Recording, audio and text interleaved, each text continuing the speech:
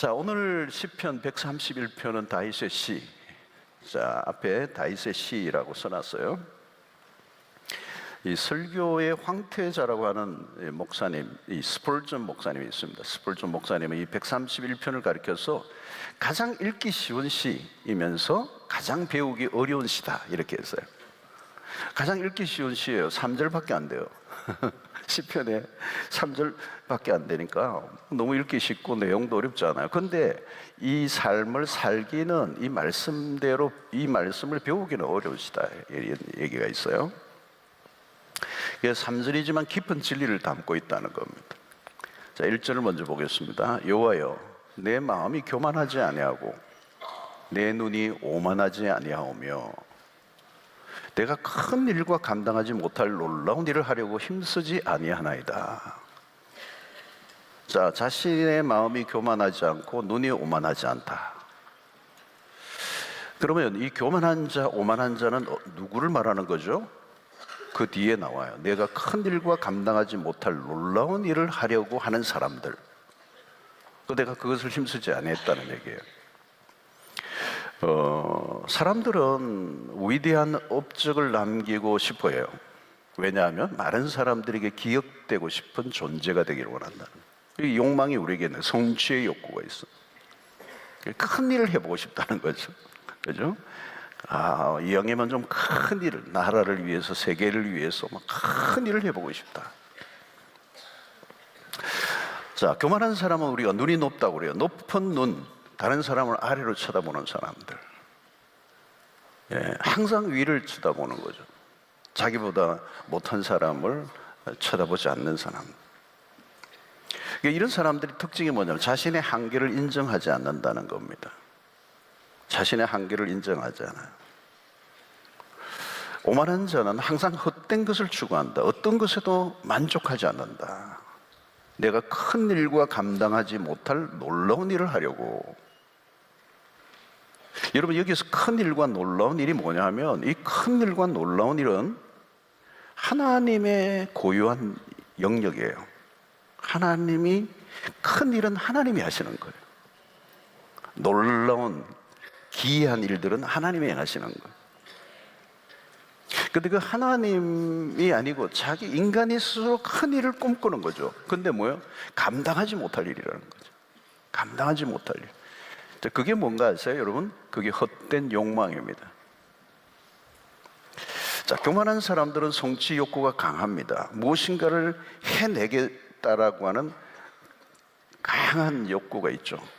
이 야망을 가지고 있으면 틀림없이 걸리게 되는 병이 하나 있어요. 조급증에 걸려요. 빨리 그것을 이루고 싶은 욕망이 생기는 겁니다. 그게 기다리지 못하죠. 그래서 현대인들이 다 조급증에 걸려 있어요. 조급증. 자, 그런데 오늘 이 본문에 보면 교만한 자와 누구와 대조를 하고 있느냐는 젖먹는 어린아이예요. 엄마의 품에 안겨있는 베이비. 자신의 몸을 엄마의 품에 완전히 맡겨진 상태의 모습입니다. 그래서 여기 젖을 뗀 아이예요. 오늘 이 본문의 핵심은 젖을 뗀 아이는 뭐냐면 젖을 충분히 먹고 난 다음에 만족한 상태에 있는 아이를 말하는 거예요. 그러면 더 이상 보채지 않죠. 만족한 상태, 최상의 상태. 여러분, 이 아이들 보면요, 그 젖을 먹지 못해서 배가 고픈 상태에 막 보채면서 울어대는 아이와 충분히 엄마의 젖을 먹고 난 다음에 만족한 상태에 있는 아이는 전혀 달라요. 그림이 전혀 달라요. 여러분, 엄마의 젖을 보채는 아이는 못 말려요. 못 말려요. 그 아이를 감당할 자가 없어요. 심하면요, 막 그냥 넘어가 버려요. 넘어가 버려요. 그러나 충분히 젖을 먹은 아이, 그 젖을 뗀 그 모습은 행복 그 자체예요. 엄마들은 지금 이게 다 연상이 돼요. 아빠들은 이러는데 엄마들은 지금 연상이 되는 거예요. 여러분, 성경에서 하나님이 누구이시냐? 어머니로 비유될 때가 많아요. 성경에서, 구약에서 종종 하나님을 모성애적 존재로 묘사해요. 모성애, 엄마로. 젖먹이는 어미로 하나님을 묘사해요. 그러니까 하나님은 안아주시는 분이고 돌보시는 분이고 유모와 같은 분이고 엄마와 같은 분이라는 거예요. 그래서 오늘 이 시인의 고백이 뭐예요? 내 영혼이 젖된 아이와 같습니다. 가장 평온하고 만족한 상태를 의미하고 있는 거예요. 여러분, 이것보다 더 아름다운 전경이 이 세상에 아마 없을 거예요. 그 엄마의 품에 안겨서 충분히 젖을 먹고 이제 떨어져 있는, 그래서 안겨져 있는 그 모습보다 더 아름다운 모습은 없어요. 근데 오늘 시인은 바로 자기 자신이 그런 상태와 같다는 거예요. 여러분, 우리의 신앙의 핵심이에요, 핵심. 하나님의 품 안에 안겨서 그 하나님의 안에서, 품 안에서 안식을 누리고 만족을 누리고 평안을 누리는 것.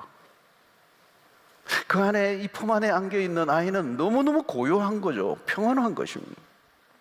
여러분, 전쟁터에서도 마찬가지예요. 포가 막 포탄이 날아다니고 그런데도 그 엄마의 품에 안겨 있는 그 아이는 평화를 누리는 거예요. 뭐 포탄과 주변의 싸움과 아무 상관이 없어요. 그냥 엄마의 품 그 자체가 평안이에요. 그러니까 오늘 이 다윗이 이 비유를 한 것은 놀라운 것이에요. 우리의 신앙의 아주 핵심을 가르치고 있는 거예요. 중요한 것은 뭘까요? 엄마의 품에 안겨 있어야 된다는 거예요. 누구 안기는 거죠, 그러면? 어떤 이것은 방법이나 기술이 아니란 말이죠. 안긴다는 것은 뭘까요, 여러분? 맡기는 것이에요. 신앙의 핵심이 뭔지 아세요, 여러분? 신앙의 핵심이 뭐예요? 안기는 거예요. 근데 이 안기는 게 뭐예요? 맡기는 거라는 거예요. 그래서 우리의 삶에 가장 원초적인 일이 있다면 맡기는 겁니다. 아기가 엄마의 품에 자신을 내어 맡기는 거예요.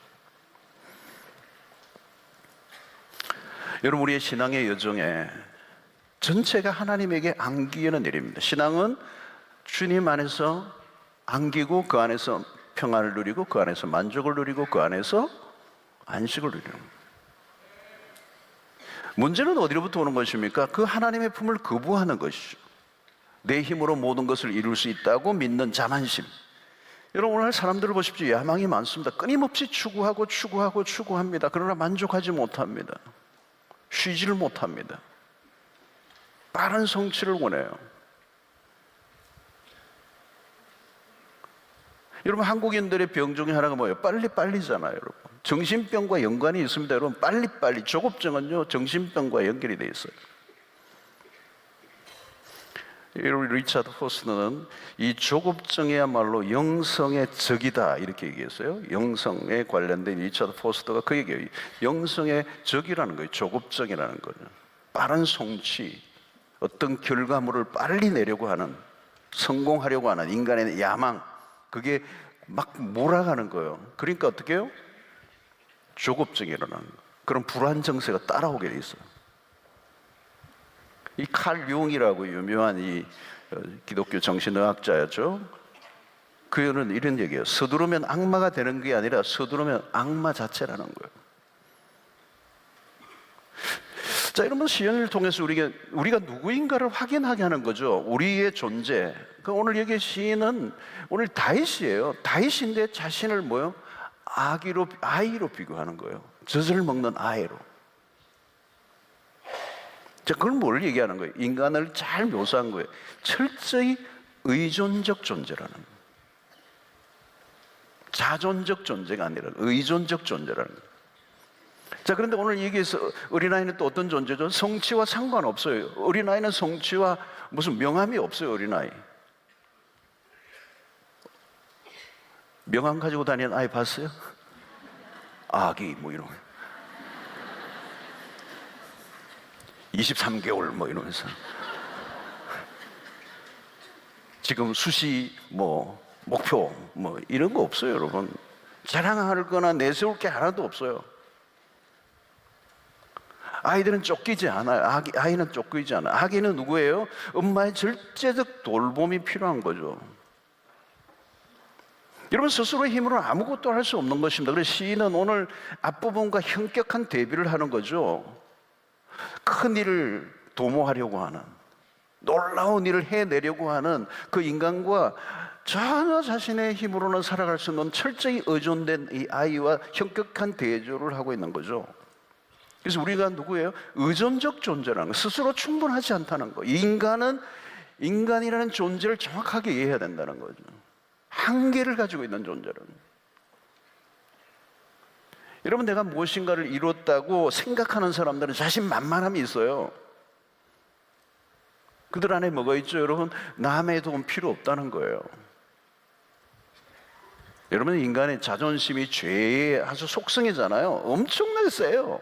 웬만해서는 이 자존심이 안 꺾여요.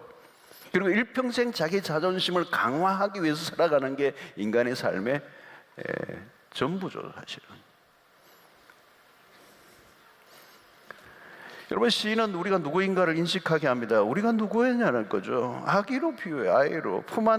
엄마의 품 안에 안겨있는 아이는, 그죠? 어떻게 보면 연약해 보이죠. 그러나 여러분, 엄마에게 전적으로 의존되어 있는 상태는 가장 강한 상태예요. 왜? 아기의 존재는 엄마에 의해서 결정되기 때문에. 하나님 안에 안겨져 있는 인간은 가장 안전한 거예요. 하나님에게 우리의 삶이 온전히 맡겨질 때 가장 평온하다는 거예요. 여러분, 아기는 언제 만족을 얻습니까? 엄마의 품 안에서 만족을 얻고 안정을 얻는 것입니다. 그래서 엄마의 품은 절대적이라는 거죠. 여러분 보십시오. 아이들은요, 엄마의 눈을 놓치지 않아요. 시선이 엄마에게 머물러 있다는 거예요. 아기는 엄마만 의지하고 엄마만 바라보는 거예요. 엄마에게 집중하는 것입니다. 엄마도 마찬가지죠. 아기에게 눈을 집중하죠. 눈을 맞추고 있는 모습이에요. 이것보다 더 강력하게 연결된 상태는 없는 거죠. 철저하게 연결되는 거예요. 자, 그러므로 아이는 복잡한 생각을 하지 않습니다. 그래서 어린 아이와 같지 아니하면 천국에 들어가지 못할 것이다. 예수님이 그렇게 말씀하셨어요. 마태복음 18장 20절 3절 보십시오. 예수께서 한 어린 아이를 불러 그들 가운데 세우시고 이르시되 진실로 너희에게 이르노니 너희가 돌이켜 어린 아이들과 같이 되지 아니하면 결단코 천국에 들어가지 못하리라. 예수님이 단도직입적으로 말씀하시는 거예요. 어린 아이와 같지 아니하면. 어린아이를 주로 미숙한 존재로 취급하는데요, 그러나 여기에서 어린아이는 무엇을 강조합니까? 그것이 마태복음 18장 4절에 보면 그러므로 누구든지 이 어린아이와 같이 자기를 낮추는 사람이 천국에서 큰 자니라. 여러분, 어린아이는 단순해요. 마음이 복잡하지 않아요. 거창한 것을 바라지 않아요. 마음이 높지 않아요. 교만하지 않아요. 여러분, 하나님과의 관계에서 우리의 태도를 가르쳐주는 것입니다. 마음이 높아지면 주님을 만날 수가 없습니다.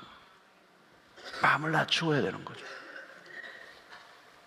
누가 엄마의 품 안에 안겨 있습니까? 단순해져야 돼요. 다른 기교가 필요한 게 아닙니다. 그냥 안겨 있는 거예요. 그런데 여러분, 인류의 역사의 인간은 끊임없이 도피하는 거죠. 자신의 힘으로 모든 문제를 해결하려고 하고, 그게 당자의 문명입니다. 아버지의 품을 계속 거절하는 거잖아요. 스스로 드라마를 쓰려고 하는 거. 그러니까 삶이 험난해지는 거잖아요. 여러분, 우리가 나이가 몇이든요, 하나님 앞에서는 애기들이에요. 하나님 연세 많으세요. 1000살, 10,000살도 넘어요. 하나님은 나이가 알려드릴까요? 영원세예요. 카운터가 없어요. 그분은 영원 전부터 영원까지 계신 분이에요. 내가 100살이라고요? 하나님 앞에서는 베이비예요. 베이비예요. 하나님, 폼 잡지 마세요. 야, 너 왜 그러니? 200살이 돼도 하나님 앞에서는 베이비예요. 아브라함도 베이비예요. 무드셀라가 969세까지 살았어요. 베이비예요. 하나님 앞에서는 베이비예요. 우리는 철저히 하나님의 보호와 하나님의 공급과 하나님의 인도가 필요해요. 왜 그토록 염려와 근심이 많아요? 하나님을 거부하기 때문에 그래요. 여러분, 우리는 인간은요, 한계를 가지고 있습니다. 인간은 한계를 가지고 있어요. 여러분, 우리는 무엇을 하려고 하기 전에 하나님을 의지하는 법을 먼저 배워야 돼요. 이걸 먼저 배워야 돼요. 하나님은 안아주시는 분이고 우리는 그분에게 안겨야 하는 존재라는 거. 이게 여러분 시편 131편에서 가르쳐주는 거예요. 이것보다 우선적인 게 없고 이것보다 더 중요한 게 없고, 그래서 우리는 그분으로부터 사랑을 받는 법을 먼저 배워야 되는 거예요. 그분의 그 보호를 받는 법을 먼저 배워, 그분으로부터 공급받는 걸 먼저 배워야 되는 거예요. 아기가 먼저 젖을 먹고 충분히 먹고 떼는 그 경험이 없이는 아무것도 할 수가 없다는 거예요. 인간은 스스로 자존하지 않는다는 거예요. 그러므로 뭐예요? 우리가 할 수 있는 모든 신학의 핵심은 그분의 품에 머물러 있는 훈련이에요. 그분으로 인하여, 하나님으로 인하여 만족하는 훈련, 하나님으로 인하여 기뻐하는 훈련, 하나님으로 인하여 내가 안식을 누리는 법을 배워야 한다는 거죠. 다른 데서는 그것을 경험할 수 없다는 거예요, 여러분. 가장 원초적인 관계가 하나님과 나와의 관계이기 때문에. 그러므로 이 시작점이 뭐예요? 엄마의 젖을 충분히 뭐예요? 여기 젖을 뗀, 이게 중요해요. 여러분, 엄마의 젖을 충분히 먹지 않으면 어떻게 돼요? 미성숙한 상태로 있는 거예요. 미숙화요, 미숙화. 삶의 모든 고통의 원인이죠.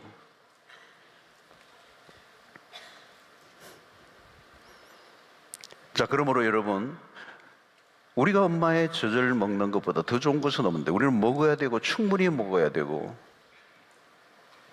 어떻게 하죠? 그러려고 하면 우리가 해야 될 것은 그 젖을 사모해야 돼요. 자, 베드로전서 2장 2절을 보면 갓난 아기들 같이 순전하고 신령한 젖을 사모하라. 이는 그로 말미암아 너희로 구원에 이르도록 자라게 하려 함이라. 뭐예요? 신령한 젖을 사모하라는 거예요. 사모하라는 거예요. 사모하라는 거예요. 여러분, 아이들이 엄마의 젖을 얼마나 사모합니까? 얼마나 사모합니까? 배고프면 우는 거예요. 달라고. 아무도 달랠 수 없어요. 어떤 것으로도 달래지 않아요. 엄마 젖밖에 없어요. 여러분, 신앙생활에 우리의 갈망이 뭐여야 되겠어요? 하나님의 말씀에 대한 갈망이에요. 이 말씀을 사모해야 돼요. 여러분, 딱 보면 알아요. 말씀을 사모하는 신자와 말씀을 사모하지 않는 신자 달라요. 인생이 거기서 결정돼요. 놀라운 거예요, 여러분. 하나님의 말씀을 신령한 젖으로 비유하고 있잖아요. 우리는 말씀이 필요해요. 사람이 떡으로만 사는 게 아니라 하나님의 입에서 나오는 말씀으로 살 것이다. 우리가 말씀이 채워져야 돼요. 돈 아무리 있어도 소용없어요. 말씀이 채워져야 돼요. 여러분, 우리는 힘들고 어려운 순간이 오면 다른 방식으로 문제를 해결하려고 합니다. 욕구 불만이 오면 어떤 사람은 막 먹는 것으로 해결하는 사람이 있어요. 그래서 막 살이 쪄버리는 거예요. 폭식을 막 하는 거. 어떤 사람은 막 문제가 힘들고 어려우면 막 모르겠어, 막 쇼핑센터 가는 거예요. 막 긁어버리고 막 입고 막 오는 거 막 긁어 오는 거예요. 어떤 사람은 막 스트레스 쌓이면 막 운동해, 운동 막 피트니스 가가지고 막 땀을 흘리고 막 죽으라고 하는 거예요. 어떤 청년들, 학생들 막 게임 막 스트레스 쌓이니까 막 라면 먹으면서 게임 밤새도록 하는. 자, 그럼 여러분, 욕구가 사라져요? 스트레스 사라지냐고요? 더 쌓여요. 스트레스를 풀려고 하는데 스트레스가 더 쌓여요. 스트레스 쌓여가지고 먹었어요. 근데 더 쪘어요. 그게 더 스트레스 쌓이는 거예요. 또 더 먹고. 어떻게 해요, 그러면? 해결이 안 되잖아요, 여러분.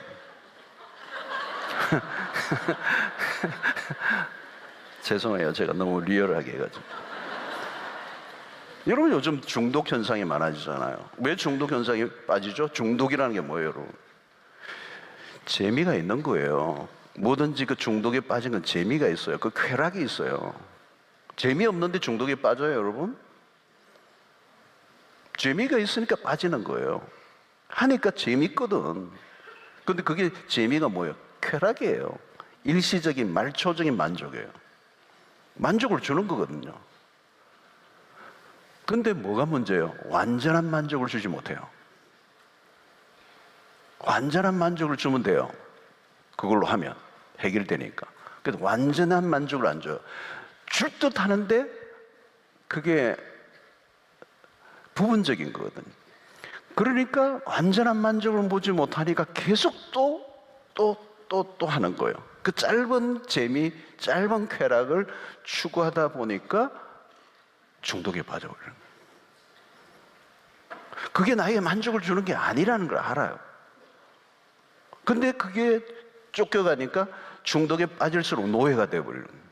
자유를 빼앗아가는. 그 이러면 이 쾌감이 무서운 거예요. 재미. 뭐 게임이든 뭐든 도박이든 뭐 술이든 다 중독되는 게 그게 재미가 있는 거예요. 즐거움을 주는 거예요. 근데 그 잠깐의 그 쾌감을 포기하지 못하는 거예요. 그러면 내가 나를 통제할 수 없는 상태에 빠져버리는 거죠. 그러면 더 복잡해지고 더 공허해지고 문제를 해결하려고 하는 게 더 문제 속에 빠져들어가고, 그 사람들이 문제를 푸는 게 아니라 문제로부터 도피하는 것에 익숙해 있어요. 그러다 보니까 그런 것에 손을 대기 시작하고 거기에 빠져들면서 중독이 되는 거예요. 여러분, 신자는 다른 방식으로 욕구를 해결해야 돼요. 만족은 외부로부터 주어지는 게 아니에요. 우리에게 진정한 만족은 하나님의 말씀이에요. 말씀을 찾아야 돼요. 신자는 다른 데로 도망가면 안 돼요. 말씀으로 인해 만족을 누리는 경험을 해야 된다. 쉼없이 요동을 치는 내면을 잠재울 수 있는 그것은 말씀밖에 없다는 거예요. 여러분, 하나님의 말씀을 얼마나 사모합니까? 말씀은 생명이에요. 씨앗이 땅에 심겨지면 나무가 자라고 수많은 열매가 맺히는 거예요. 한 알의 밀알 안에 생명력이 놀라운데 말씀은 생명력이 있는 거예요. 그래서 히브리서 4장 12절, 하나님의 말씀은 살아있고 활력이 있어. 활력이 있다는 거예요. 에너지 활력이 있어요. 좌우에 날선 어떤 것보다도 예리하여 흉과 영과 및 관절과 골수를 찔러 쪼개기까지 하며 또 마음의 생각과 뜻을 감찰하나니 판단하나니. 하나님의 말씀은 살아있습니다. 말씀이 살아있다는 건 놀라운 일이에요. 우리의 일상 속에 여러분, 우리는 죽은 말들을 날마다 듣고 살아요. 생명력이 없는 말들, 들으면 우리의 영혼을 죽이는 말들, 쓸데없는 말들이 홍수처럼 막 넘쳐나는 거예요.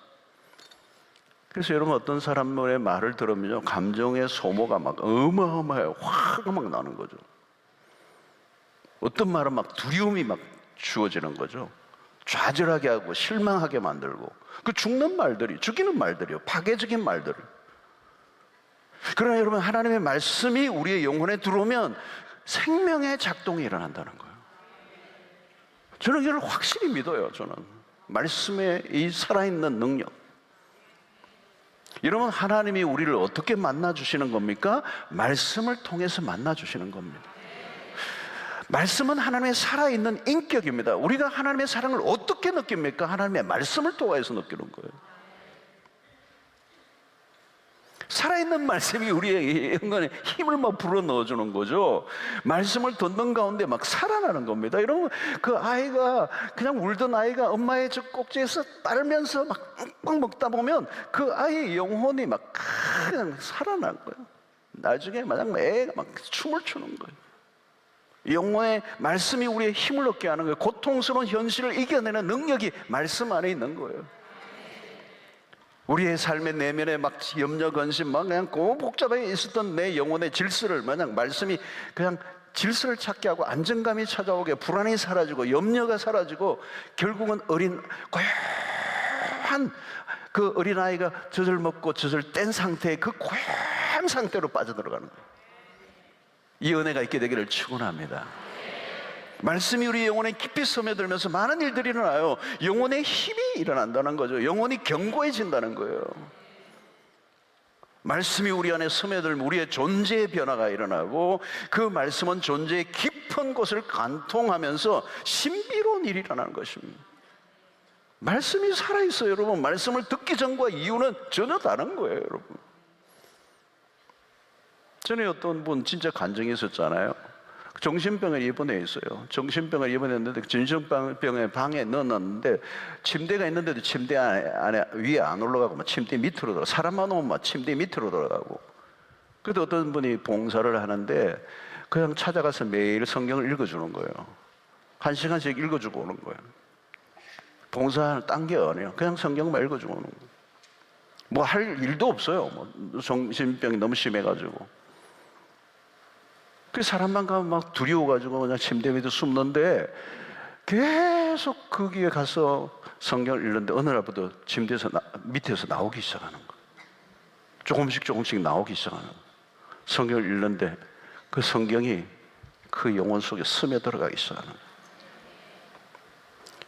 여러분, 말씀이 들어가면 변하게 돼 있어요. 여러분, 우리가 무엇을 하려고 하지 마세요. 여러분, 어려우면요, 뭘 하려고 하지 마세요. 말씀 앞에 서세요. 말씀 안에 생명력이 있어요. 말씀에 생명의 에너지가 넘친다는 거예요. 여러분, 고통 속에 있던 사람이라도 말씀이 정확하게 고치면 뿔떡 일어나는 역사예요. 문제가 해결돼서 해결되는 게 아닙니다.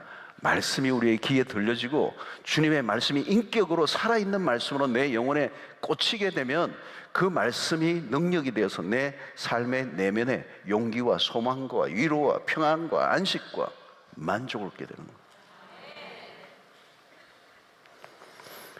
그러므로 우리가 하는 일은 다른 게 아닙니다. 그냥 말씀을 받아들이는 거예요. 엄마의 품 안에 안겨 젖을 빨아당기는 것뿐이죠. 아이는 다른 게 없잖아요. 철저히 수동태잖아요. 매우 단순하고 단순한 행동이에요. 그러니까 여러분, 예수님의 발치에 앉아있던 마리아의 행동과도 같은 거예요. 주님의 발치에 앉아있는 거예요. 그게 최상의 상태의 모습이에요. 그게 엄마의 젖을 빨고 있는 아기의 모습이에요. 그 주님의 발치에 앉아있는 마리아, 주님의 말씀에 귀를 기울이고 있는 그 상태가 가장 그리스도인다운 모습이란 말이죠. 그러므로 여러분의 일상 속에 가장 중요한 행위여야 합니다. 묵상하는 삶이에요. 메디테이션, 묵상하는 삶이에요. 주님의 말씀 앞에 앉아 있는 거예요. 철저히 말씀 앞에 수동태로 있어야 돼요. 그래서 그 말씀 앞에 앉아 그 말씀이 내 영혼에 깊숙한 곳까지 스며들게 하는 거예요. 여러분, 아이가 몇 번 젖을 먹고 끝나는 게 아니에요. 채워질 때까지예요. 젖을 뗀 아이는 충분하게 먹은 거예요. 그러니까 우리가 이 행위가 있어야 돼요. 하나님의 말씀을 먹되 충분히 먹어야 된다는 거예요. 그 말씀에 내가 사로잡혀야 돼요. 그 말씀에 잠겨 있어야 돼요. 그러려고 하면 머물러 있는 시간이 절대적이라는 거예요. 현대인들이 못하는 게 뭐예요, 여러분? 뭘 한다고 바빠. 그냥 정신이 없어. 머물러 있지를 않아. 기다리지를 않아. 여러분, 우리의 삶의 시작에서부터 끝까지 주님에게 안기는 거예요. 자, 3절을 보십시오. 이스라엘아, 지금부터 영원까지 여호와를 바랄지어다 그랬어요. 여러분, 영성에서 매우 중요한 것은 이 기다림입니다. 기다림. 바랄지어다. 믿음 생활은 기다림이에요. 무엇을 기다립니까? 여러분, 기다리는 게 소망이죠. 그 소망이 누구에게 있습니까? 하나님에게 있는 거잖아요. 여호와를 바랄지어다. 누구를 바라요, 여러분? 뭘 바라요, 여러분? 우리의 소망은 하나님에게 있어요. 소망은 하나님께 두는 겁니다. 이게 핵심이죠. 하나님 안에만 소망이 있습니다. 그런데 그 소망을 두는 게 언제부터 언제까지요? 지금부터 영원까지. 여러분, 시간이 흐르면서 소망이라고 생각했는데 소망이 아닌 경우가 많아요. 그렇게 믿고 바라보고 쫓아왔는데 어느 날 그게 아닌 거예요. 소망이 아닌 거예요. 그래서 우리는 헛된 소망, 거짓된 소망에 속을 때가 많아요. 근데 오늘 여기 보니까 지금부터 영원까지, 이스라엘아 지금부터 영원까지. 자, 그걸 어떻게 하라는 거죠? 기다리라는 거예요. 잠잠히 내 영혼이 그분을 바랄지어다. 여러분, 우리가 가장 힘들어하는 게 뭘까요? 기다림이에요. 기다림. 여러분, 기도가 무엇입니까? 기도를 하려고 하면요, 기다려야 돼요. 기도 훈련은 딴 게 아니에요. 기다림 훈련이에요. 기다리는 훈련이에요. 그 기다림을 위해서 뭐가 필요하죠? 믿음이 필요한 거예요. 왜 현대인들이 기도를 잘 못합니까? 기다릴 줄 모르기 때문에요. 기다릴 줄 몰라요. 오늘날 우리가 가장 힘들어하는 게 뭐냐면 기다리는 거예요. 한국인들은 더 기다리는 거 못해요. 기다리는 건 딱 질색이에요. 언제까지 돼요? 한 3일 되는데요. 됐습니다. No thank you. 언제까지 되는데요? 지금 막 갑니다. Thank you. 여러분, 기도를 하는데 하나님께 닥달하면 안 돼요, 여러분. 기도의 핵심은 하나님과의 소통이죠. 소통. 여러분, 사람들과의 대화에서도 대화를 하려고 하면 가장 중요한 게 조급하면 안 돼요. 여러분, 현대인들이 대화가 잘 안 되고 오해가 많이 쌓이고 갈등이 많은 이유가 소통이 없기 때문이에요. 그러니까 불통이죠. 왜? 조급한 거예요. 기다리지 않는 거예요. 대화는 없고 주장만 하는 거잖아요. 자기 목소리만 높이는 거잖아요. 내 주장을 상대에게 강요하잖아요. 그러니까 소통은 없고 소음만 있는 거예요. 기도는 하나님의 음성에 귀를 기울이는 것입니다. 여러분, 왜 기도할 때 눈을 감습니까? 눈을 감는 이유는 귀를 기울이겠다는 것입니다. 경청의 태도요. 주님, 말씀해 주십시오. 여러분, 눈을 뜬다는 건요, 이 눈은 아차 하는 순간에 이 눈은 탐욕적으로 변해요. 이 눈이 참 무서워요, 여러분. 눈이 무서워요. 우리는 보는 것을 탐욕스럽게 자기의 것으로 삼으려고 하는 욕망이 우리 안에 있어요. 보암직도 하고. 눈을 감는 거예요. 눈을 감는 게 기도예요. 감아야 돼요. 이 탐욕적인 눈을 접어야 돼요. 자, 디지털 시대의 재앙이 뭔지 아세요? 눈을 감을 줄 모르는 거예요. 끊임없이 눈으로 탐욕적으로 무엇인가를 찾아내고 있는 거죠. 이게 디지털 문명이 오늘 우리에게 주어진 우리의 영성을 파괴하는 가장 무서운 재앙과도 같은 거예요. 이것과 싸워야 돼요. 그래서 현대인들은 기다릴 줄 몰라요. 기도를 해도 빠른 응답을 원해요. 그래서 하나님이 굉장히 한국 사람에게는 신경이 쓰이시는 거예요. 얘들은 급해. 여러분, 조급증은 정신병을 만들어내는 요인 중에 하나예요. 그래서 한국 교회는 그동안 교회 안에도 그런 게 많아요. 사실은 세일의 기도에, 40일 작정 기도에, 100일 금식 기도에, 성령 대망 기도에, 이래 가지고 일본말로 쇼부를 내는 기도라는 거예요. 하나님 응답 안 하면 나 여기서 죽을 겁니다. 이런 태도는 좋은데 하나님을 몰아가는 거죠. 강요하는 거죠.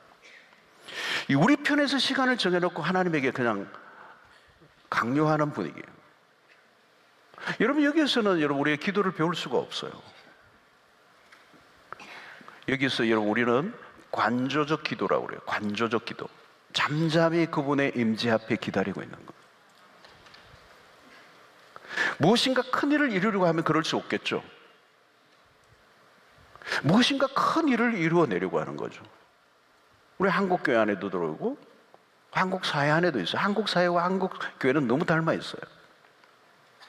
엄청난 대형 프로젝트를 이루어내려고 하는 그 욕망. 그 나중에 어떻게 해요? 소진되는 거예요. 소진. 방전이 되는 거예요. 목회자도 방전이 돼 있어요. 사역자들, 교인들도 방전이 돼 있어요. 그러니까 코로나19를 지나니까 사람들이 다 나가 떨어져가 다시 안 돌아와.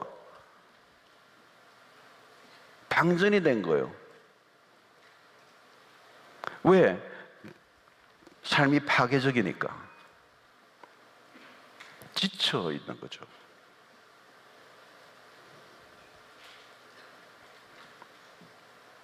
여러분, 서두르면 어떻게 되죠?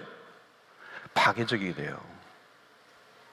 공격적이 되고요. 폭력성을 띠게 되고요. 여러분, 오늘 세상을 보세요. 얼마나 폭력적이에요. 그죠? 굉장히 폭력적이에요. 사기된 사람이 절규를 요구한다고 죽이는 사건이 일어나죠. 1년에 이게 굉장히 많대요. 횟수가. 여러분, 사랑이 뭐예요? 기다리는 거잖아요. 사랑은 서서히 익어가는 거죠. 서서히 익어가는 과정이 필요해요. 사랑은 서두르는 게 아니죠. 여러분, 사랑은 속도전이 아니에요. 빨리는 사랑이 안 되는 거예요. 야망은 속도전이에요.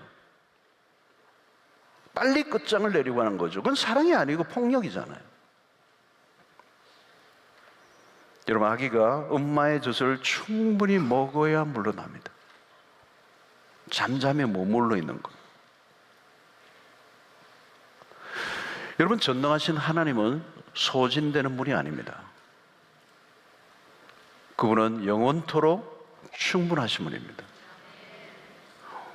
우리를 충분히 만족시켜 주실 수 있는 분이십니다. 하나님이 전능하시다라고 하는 그 전능하심 안에는 충분하시다는 거예요. 충분하신 분이에요.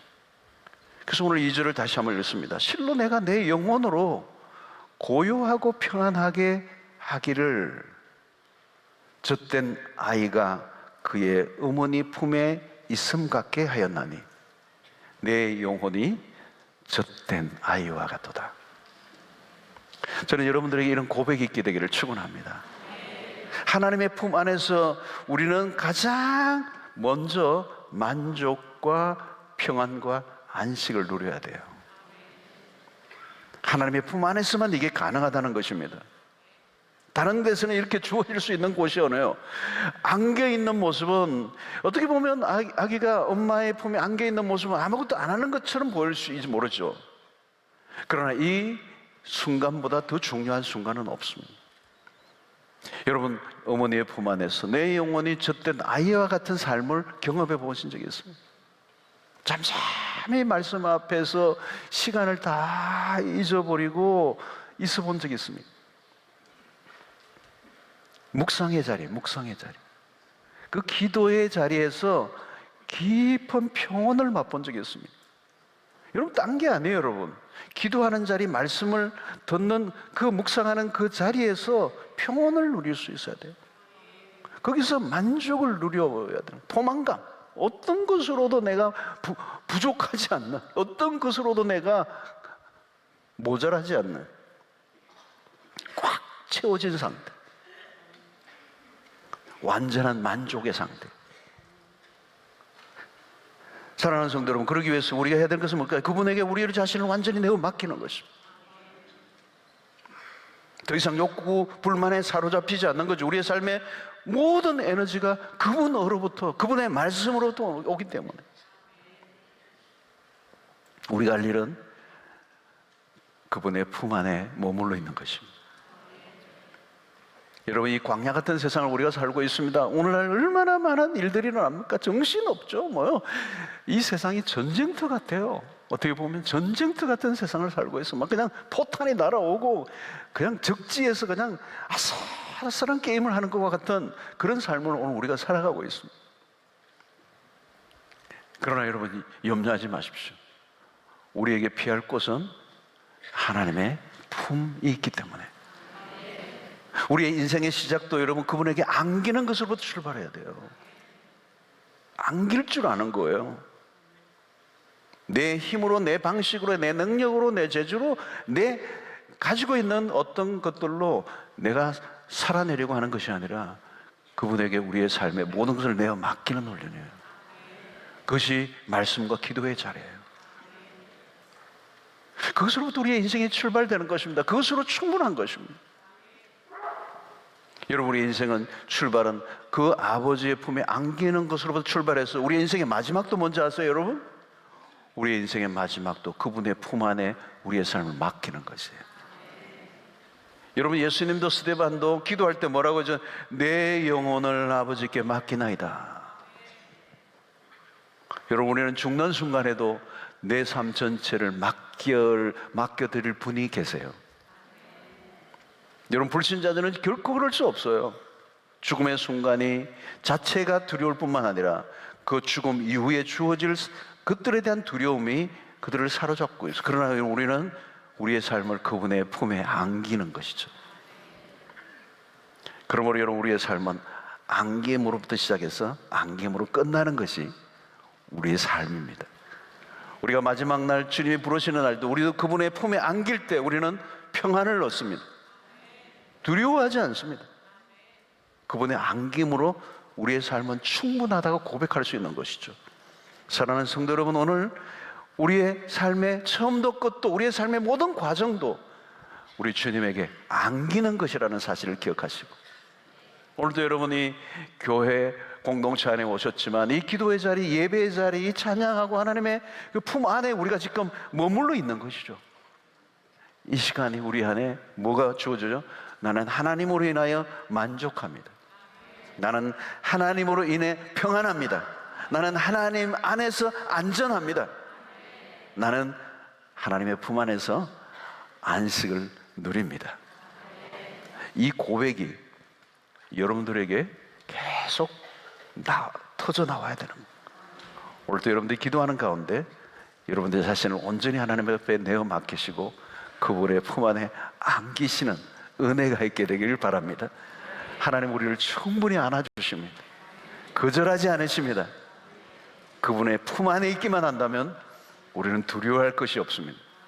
그분은 우리에게 우리의 인생을 살아갈 만한 모든 에너지를 풀 차지해 주실 거예요.